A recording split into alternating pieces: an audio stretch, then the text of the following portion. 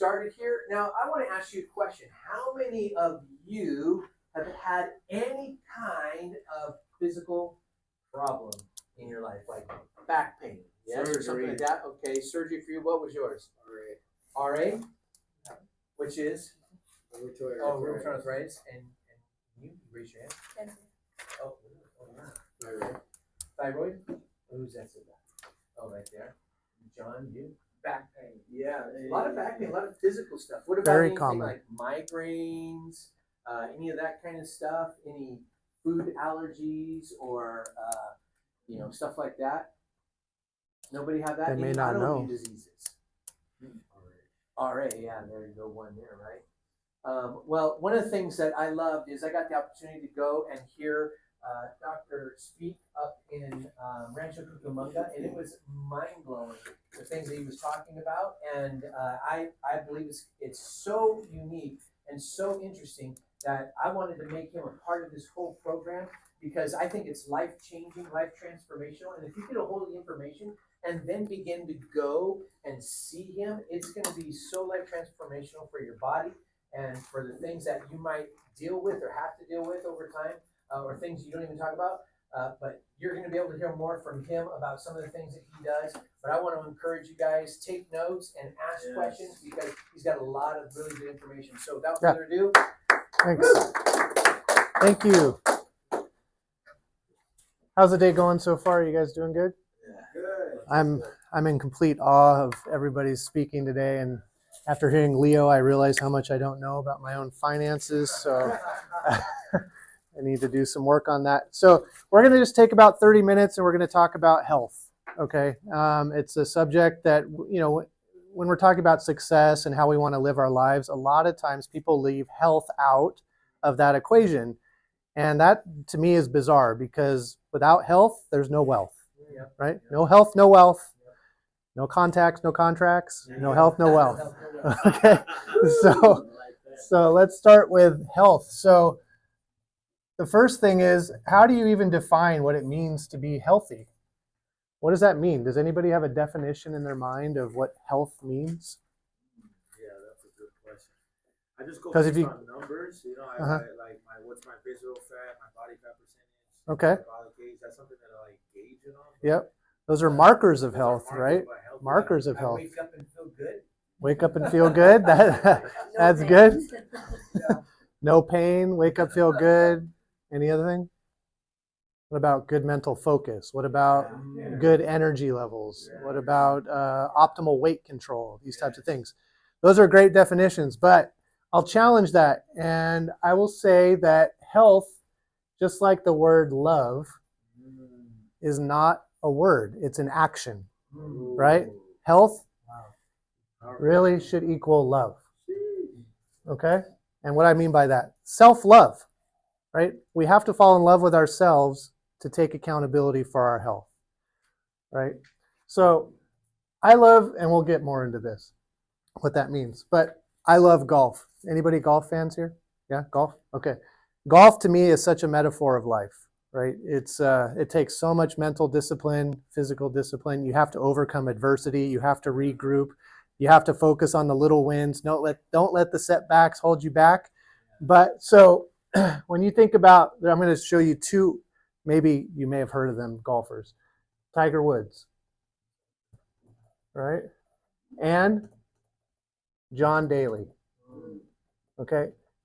Two golfers who are most opposed, like they're the most completely different golfers, right? So I just saw something recently about Tiger Woods. They were comparing Tiger Woods' daily schedule to John Daly's daily schedule.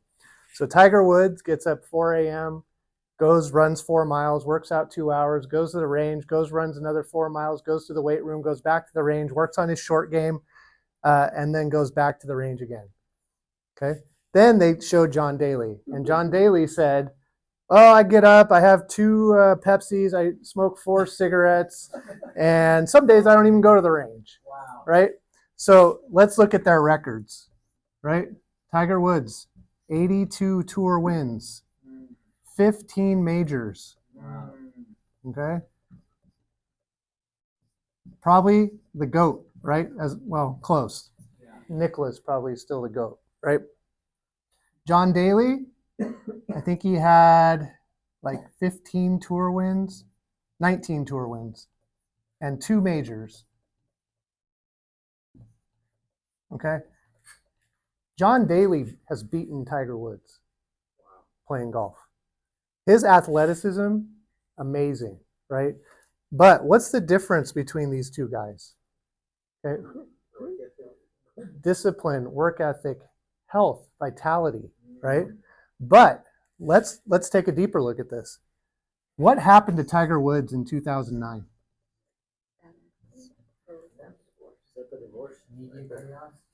120 affairs. What? Whoa. He was on testosterone. This guy, Wow. this guy was doing things. This guy was doing things so out of his character. Okay, John Daly, really none of that, right? But really just kind of fell off, and he's gone into other stuff. It took Tiger 3 years to win a tournament again. He didn't win a tournament until 2012. Okay, did you see him play at the Masters this year? Plus 15. Okay, so if you had to take these guys and say, who's more healthy? Who's more healthy, John Daly or Tiger Woods?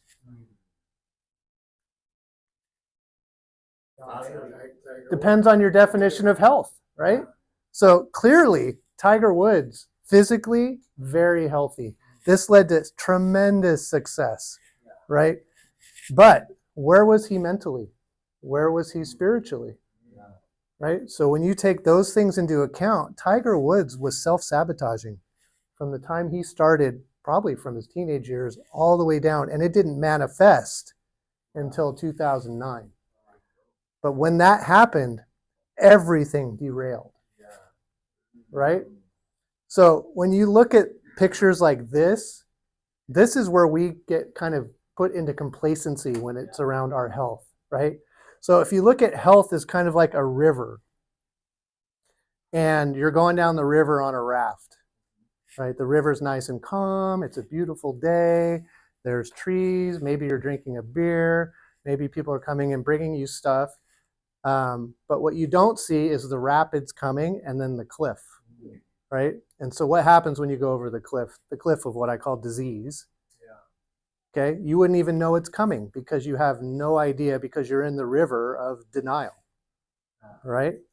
So that's where I believe Tiger Woods was, right? And we can go back to him at the end. So I'm going to tell you some things, lies that you've been told about your health and what you can do about it. And this has been perpetuated by the healthcare system and brought to you by doctors, me included. I'm a vascular surgeon. I did that for 15 years. I've been indoctrinated into the conventional healthcare system. I made a shift into alternative medicine, functional medicine, where I look at root cause and true health and healing. So a totally different lens around health, and it's been just so transformative for my own life as well as for the patients that I've treated. Okay, so lie number 1. You are not capable of taking care of your own health.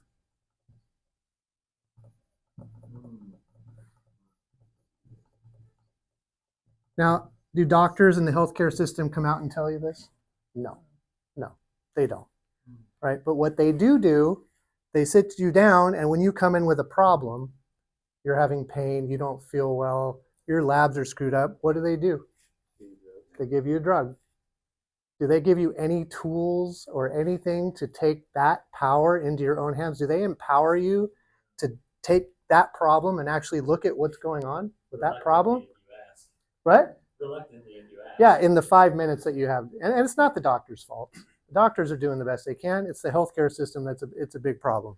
Right? So this is this is a subconscious message that we're getting as the public, is that we are not capable or entitled to take care of our own health, right? So when you lose that power, you're giving your power up to a system that's not even built to serve you, right? So I equate that to the parents, right? Who has kids in here, right? Kids have a school assignment, Some of the parents say, oh, I'll do that for you, right? Gets the kids a result. Maybe they get an A on the paper. But what's the subconscious message you're giving to your children? They're not good enough. They can't do it.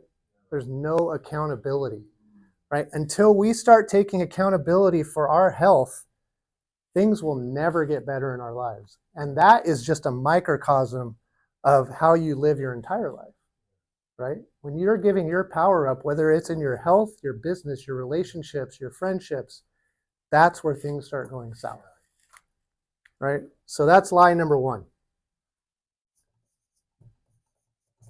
Any questions about that? No. Lie number two, diseases exist. What do I mean about that? So if you look at the word disease, if you dissect the word disease, it literally means dis-ease. Okay? So what the healthcare system and what the medical community has done is they've looked at a bunch of symptoms, and some famous person said, oh, all these symptoms go together, and this is what we're going to call it. Diabetes, Alzheimer's, cancer. So are these don't exist. Okay, what does exist? Inflammation, toxins, environmental exposures, stress. Okay? These are all symptoms that the end product is disease. But if you take those out of the equation, disease doesn't exist. Okay? So you look at blue zones, right? You look at Loma Linda, just down the street. You look at Sardinia. Do you think the Sardinians really think about their health? No. It's a way of life for them. It's an act. Okay? Health is an act for them. That's why those types of conditions in underdeveloped countries, actually as bad as this are, like socioeconomic. Look at the healthcare problems they have. They don't have cardiovascular disease. They don't have diabetes. They don't have gut problems because they're getting what they need to get in their way of life. Right? And that's a community thing, and that's a cultural thing. So, diseases don't exist. Lie number 3. Eat less, exercise more, equals good health. Okay? Have you guys been told that?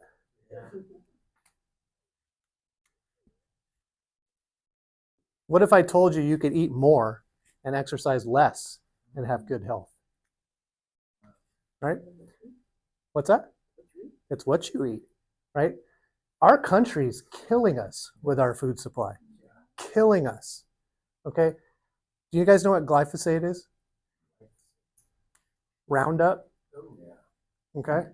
Roundup was brought in the United States in the 1970s, and it was used as a way to increase the crop production, keep crops away from bacteria.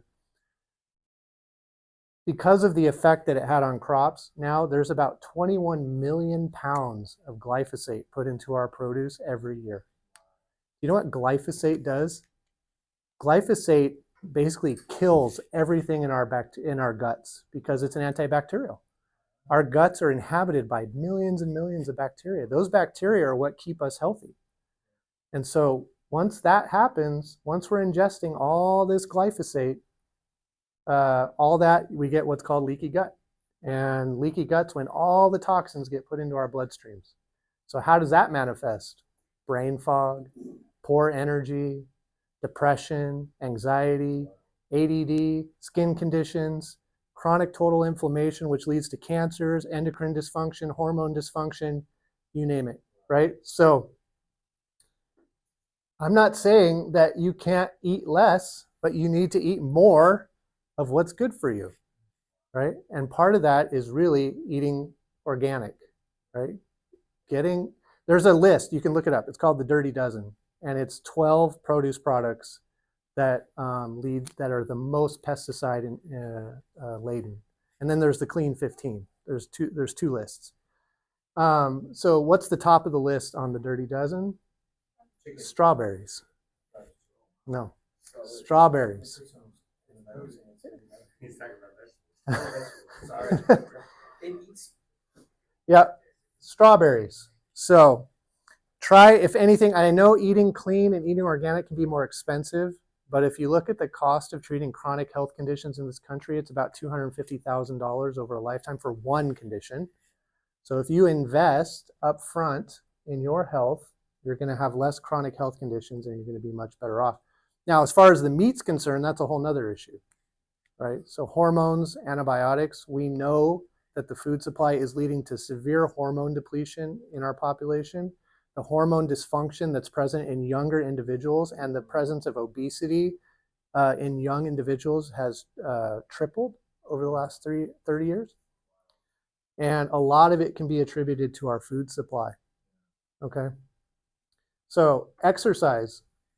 So most people think that you have to do like 2 to 3 hours of cardio a day. Something crazy. Data on exercise and the time of day that you exercise. You do 180 minutes of zone 2 cardio every day, once a week. So that's how many minutes a day? So if you do 180 divided by 7, it's like 25, 30 minutes or so of cardio a day. Zone 2, meaning that zone 2 means that you can actually have a conversation while you're exercising. That is much more beneficial than doing steady state cardio, because steady state long cardio actually creates inflammation in your body that can then lead to chronic illness, right? Also, the time of day that you're exercising. So you guys know what cortisol is? Yeah, cortisol. Cortisol is our stress hormone. Cortisol is the highest in the morning, or it should be. And then it kind of peaks and then it starts dripping down during the day. And then by nighttime, it's low, so we can go to sleep. Cortisol, if you wake up and the first thing you do is exercise, depending on how high your cortisol is, that can actually raise your cortisol even more. So it's probably better to at least be up an hour or so before you exercise and let that natural waking response happen and then exercise, right? So now these two, exercise cardio and exercise with strength training, have been found to decrease mortality about 40%, okay? Each one alone is about 20%. So there's a huge benefit of exercise. But diet, we can have, this is where, you know, I believe that I can make a big influence on people, is this whole diet and nutrition component, as well as probably you can too. She's a holistic health coach. Okay. Lie number 4, aging equals feeling like crap. Okay. So I don't know how many times I've had patients come into my office and they say, I went to my doctor because I have no energy and I feel like crap and I'm depressed and I'm 45 years old. And the doctor looked at me and said, wow, he's like, you're just getting older. Here's an antidepressant, right? This happens all the time. What's really going on here? Okay, we are not, aging is a disease, really. I mean, if diseases actually exist. We don't have to age like this. Okay, our cells are actually designed to live 200 years in a perfect environment. Obviously, you know, we're not at a point not to live 200 years. That will make the aging process much easier, right? So one of the things that I really focus on and that nobody really focuses on in conventional medicine is gut health, right? So the gut is the second brain. Most disease starts in the gut. If you have inflammation in the gut, there's such a connection between the gut and the brain. There's something that's called neuroinflammation or meta-inflammation, which is metabolic inflammation. And we are all walking around, not all of us, but a lot of us are walking around, our brains are on fire, our bodies are melting, and we don't even know it. We're sitting on the raft in the river, and we're wondering why we feel awful. Right? And no one's doing anything about it. So when you talk about autoimmune disease, it starts in the gut. Have you ever been told that before? Have you done anything about it? Has it helped?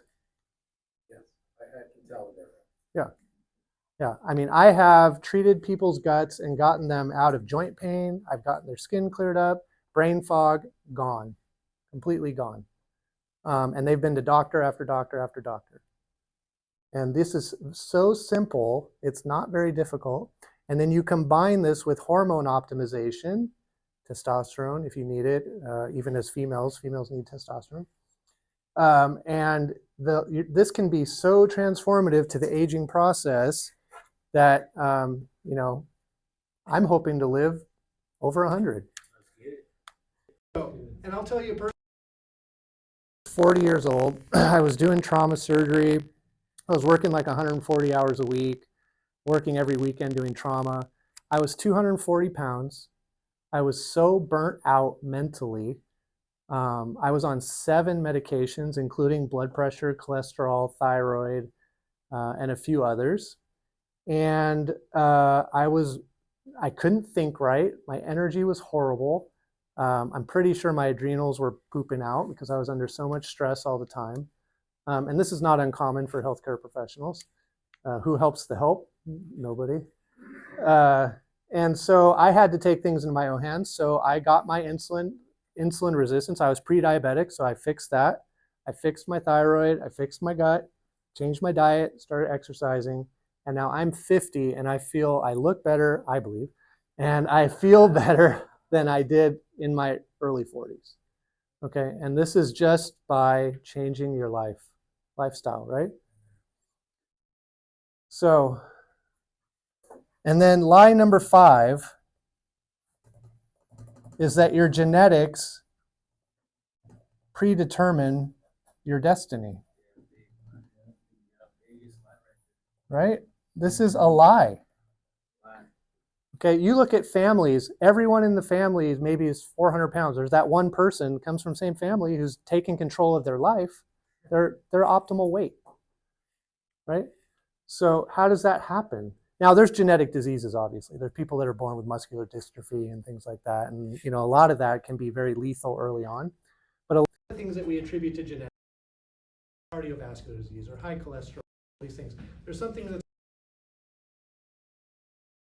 and turned off depending on lifestyle changes. And those can actually be tested.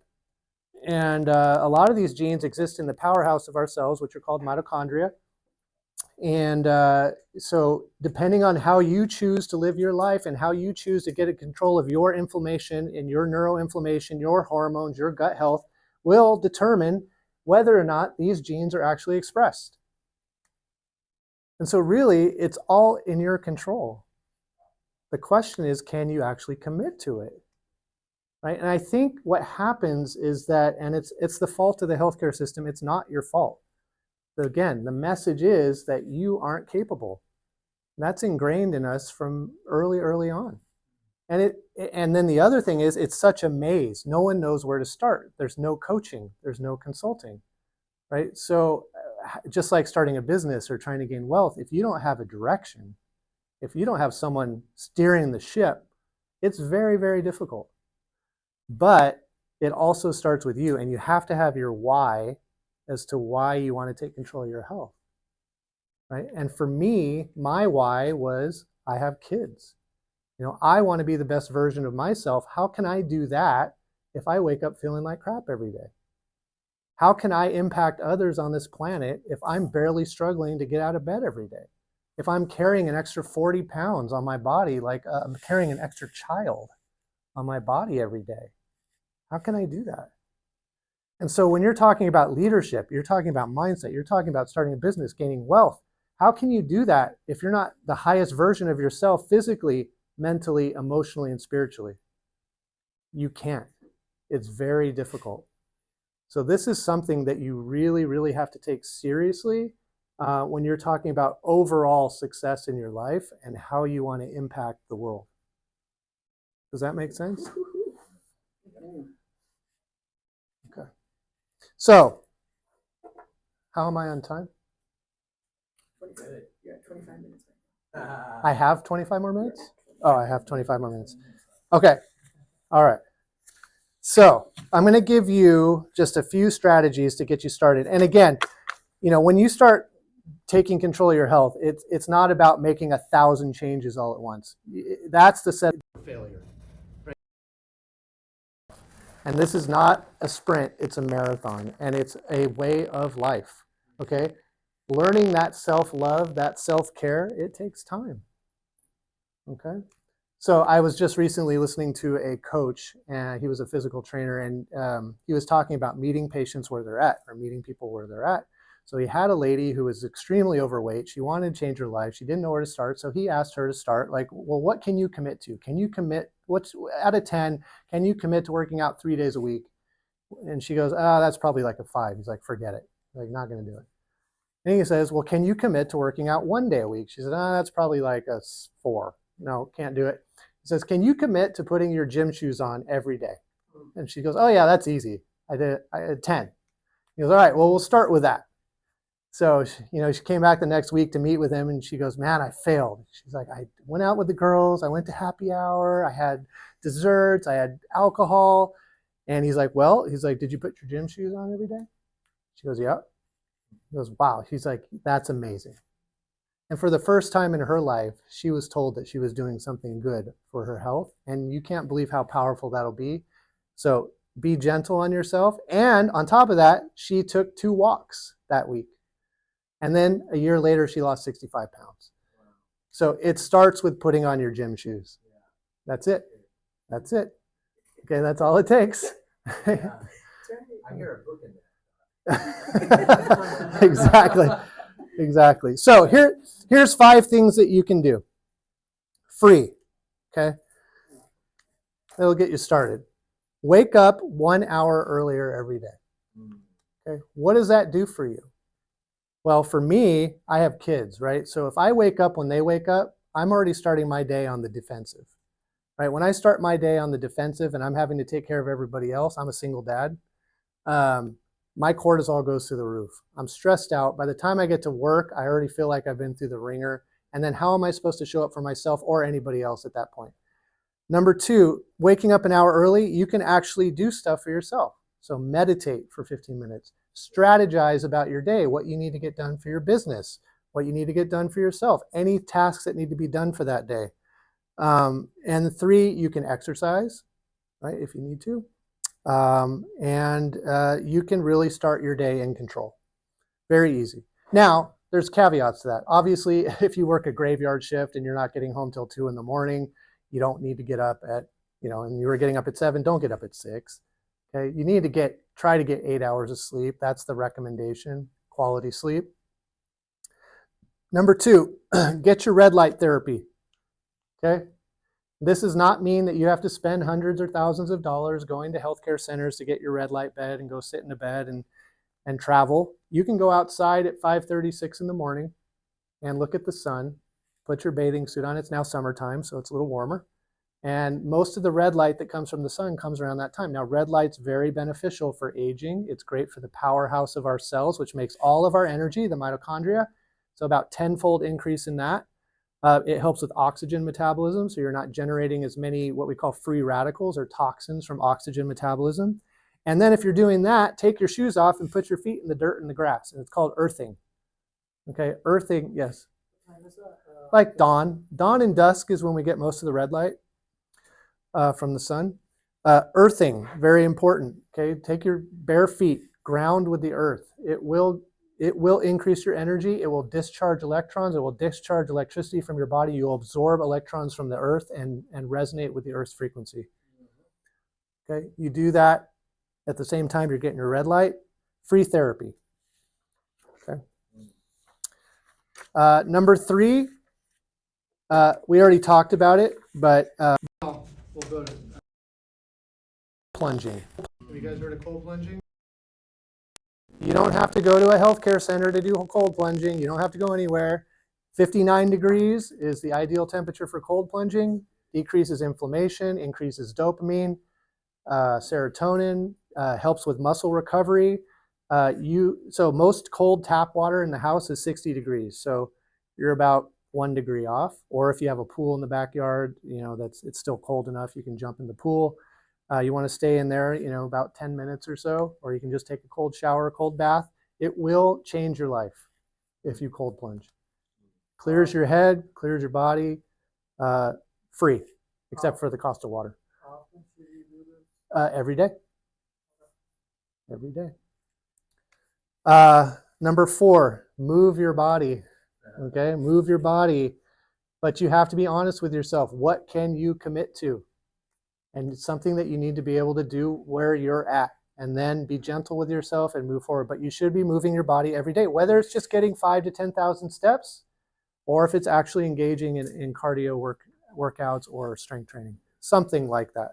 We know that people live longer if they're moving their body. A body in motion stays in motion. A body at rest goes to you know what. Okay. And then number 5, we talked about it. Eat as clean as you can. But also look at your environment and look at your relationships. Okay, 50% of the structures in the United States are water damaged. People don't know it. They're living in water contaminated houses. This is, if you look at the data, so much chronic disease happens from living in water contaminated buildings. Okay, and you will never know it. If you come see me, we can test for it. But if there's any sort of musty smell in your house or anything like that, you need to have that house checked out for water damage. How does Okay. somebody do that? You call a company to come and test your house for mold. Just mold detection company. Yeah. That's one of the biggest steps of cleaning up your health, is making sure your living environment is clean. Okay, and that's aside from the hygiene of it. Also, keep your living environment organized and neat. Okay, our external world's a mirror of our internal world. So if we're not clean, neat, and organized on the outside, chances are we're probably not clean, neat, and organized on the inside. So if you look around your living area and you notice everything's in a disaster, maybe look inside and say, why is this? Right? And start making those changes in your own life. If you do that, you will see yourself noticing these things in your external life and trying to change them. Okay? So I work with a lot of this stuff in my clinic. I think I'm pretty much out of time. I'm happy to answer any questions. But, this is a huge step of your overall personal development, is really getting control of your health. I want you guys to ask me some questions. But because there's some valuable stuff here, Doc, I also have some questions. Okay. So Yeah. Yeah. So anybody got any questions for him? Yeah. I know someone who has fibromyalgia. Yeah. And what would you say to someone who has fibromyalgia? Because I've heard conspiracies about Yep. it's not real. Right. It's on the mind, and another living condition, and it's everything that you mentioned, like the environment, Yes. health, and it's all time. What would you say? Just follow the Yeah. steps, right? And Well, the first thing I would tell that person is that they're not going crazy. Because a lot of and I'll tell you, when I was in conventional medicine, my nurses would red flag the charts when patients had a diagnosis of fibromyalgia as an indicator that this person was crazy. Wow. And the first thing to do with these people is to really validate them and tell them that it's real, right? That in and of itself can make them a lot better. That's the first step in the healing. But as far as treatments go, it's really about the metabolic derangements that go along with fibromyalgia, that like the total body inflammation, neuroinflammation, and breaking that pain cycle. And that's something that I do. I've worked with a lot of fibromyalgia. So we address their hormones, we address their gut health, we address their total body inflammation. I've actually been able to get patients that have been out in pain for 20 years and tried everything out of pain within 2 months. It fascinates me because I do believe like everything you're saying. And what are your thoughts on emotional pain, mental health? Like, Yes. That manifests in physical. Yeah, and Jesse knows this too as a life coach. I mean, we store emotional trauma, right? And it manifests in so many different ways. There's actually a gene for PTSD that you can actually turn on and turn off with the proper therapy. But I deal a lot with brain health in my clinic as well. And so we do brain entrainment. We do IV ketamine therapy to break those trauma loops. And we've had a lot of success around that. And part of the treatment around fibromyalgia and also some reflex sympathetic dystrophy or causalgia centers around breaking those trauma loops. And there's a lot of research that shows if you can do that, you can actually get them out of pain. Would you put in that category of mental like pain or anguish? Would you put stress? Absolutely. Because I hear a lot of doctors talk about stress. Absolutely. I mean, if you look at how stress impacts everything in our life, I mean, the cortisol levels, the hormones, everything. I mean, but there's so much to it. It's not just say, oh, go meditate or do this. Yeah. Like there are things physiologically that you need to help them with, Yeah. as well as changing, Yeah. whether it be their relationships, their working environment, the people they're around. This. Yeah. Like we're the average of the 5 closest people we hang out with every day. Yeah. Yeah. If those people are toxic and they're not bringing us up, then the chances of us bringing them up is probably a lot less than them bringing us down. Yeah, that's true. So change your relationships. If you have to cut people out of your life, cut them out. Yes. I know it sounds, it's hard, but sometimes you have to do that. I had some conversations, but mineral and vitamin deficiency Yes. in people's lives. Can you speak on that, like briefly, like maybe like how that can affect and manifest, and what are maybe 3 or 4 of the ones that America lacks? Yeah, well, we lack most of them because our food is so dead. I mean, you know this, right? I mean, we have a dead food supply. But one of the main ones, and it's basic, it's just the B vitamins, the C vitamins, zinc, particularly B6 and zinc, very important for hormone optimization. Yes. And vitamin D is essential for gut health, hormone optimization, weight loss, everything. Okay, so vitamin D, I just want to touch on that for a Yes. second. Vitamin or sun? So you need the sun to make vitamin D. Okay. However, we still have an epidemic of vitamin D deficiency in this country.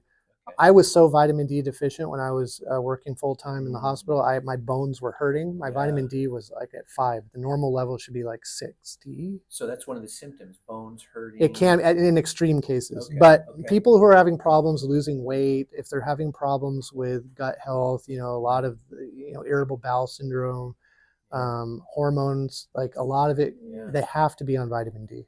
Yeah.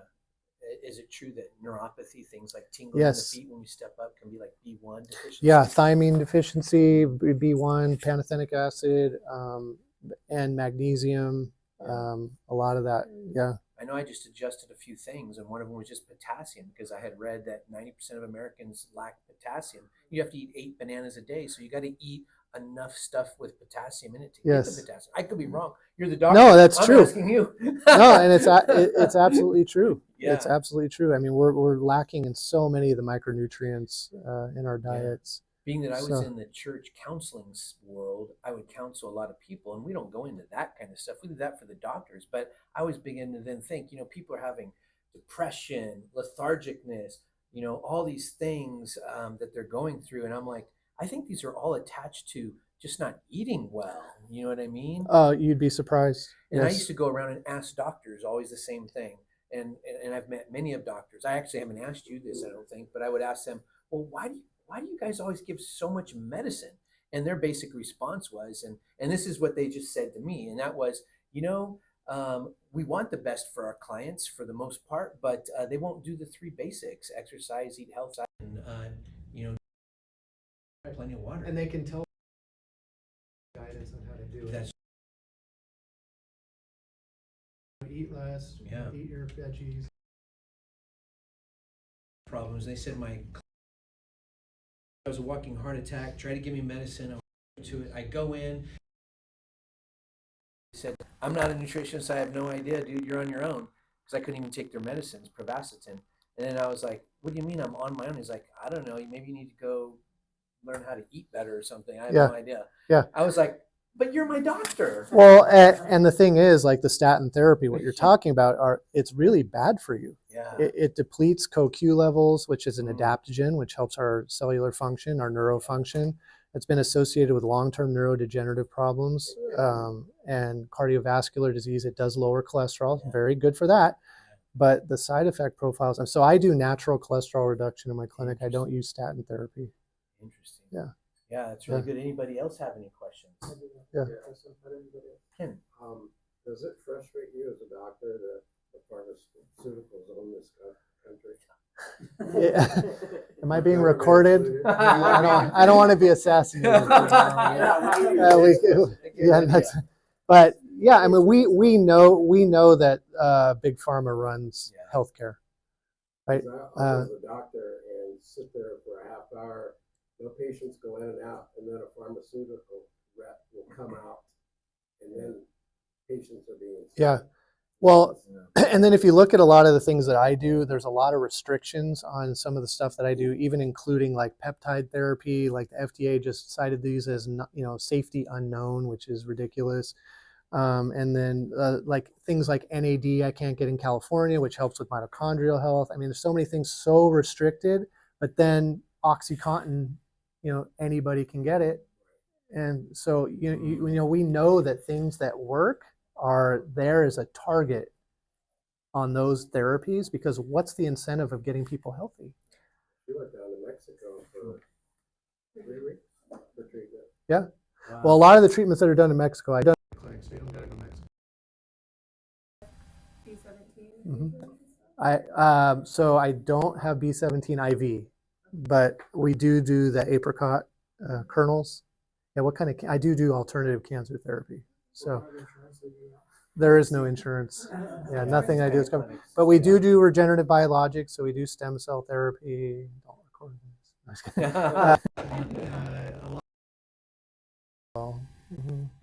Now, okay, I'm going to ask him a question. I'll let you ask your one more question there.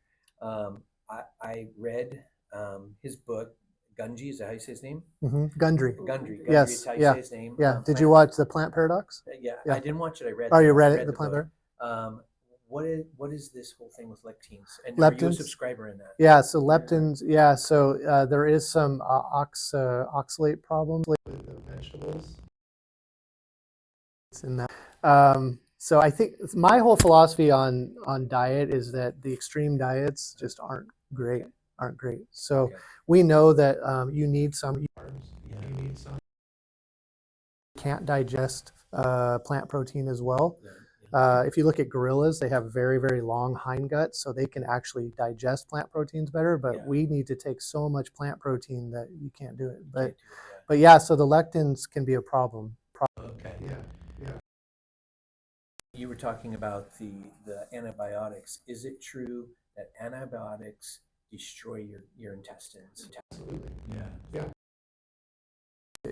Most Americans are on like 2 or 3 courses of antibiotics every year. Okay. Every course will destroy your microbiome. So anytime I have had to put patients on antibiotics, even going into holistic medicine, but I always put them on a probiotic and a prebiotic if I'm going to have to do antibiotic. Yeah.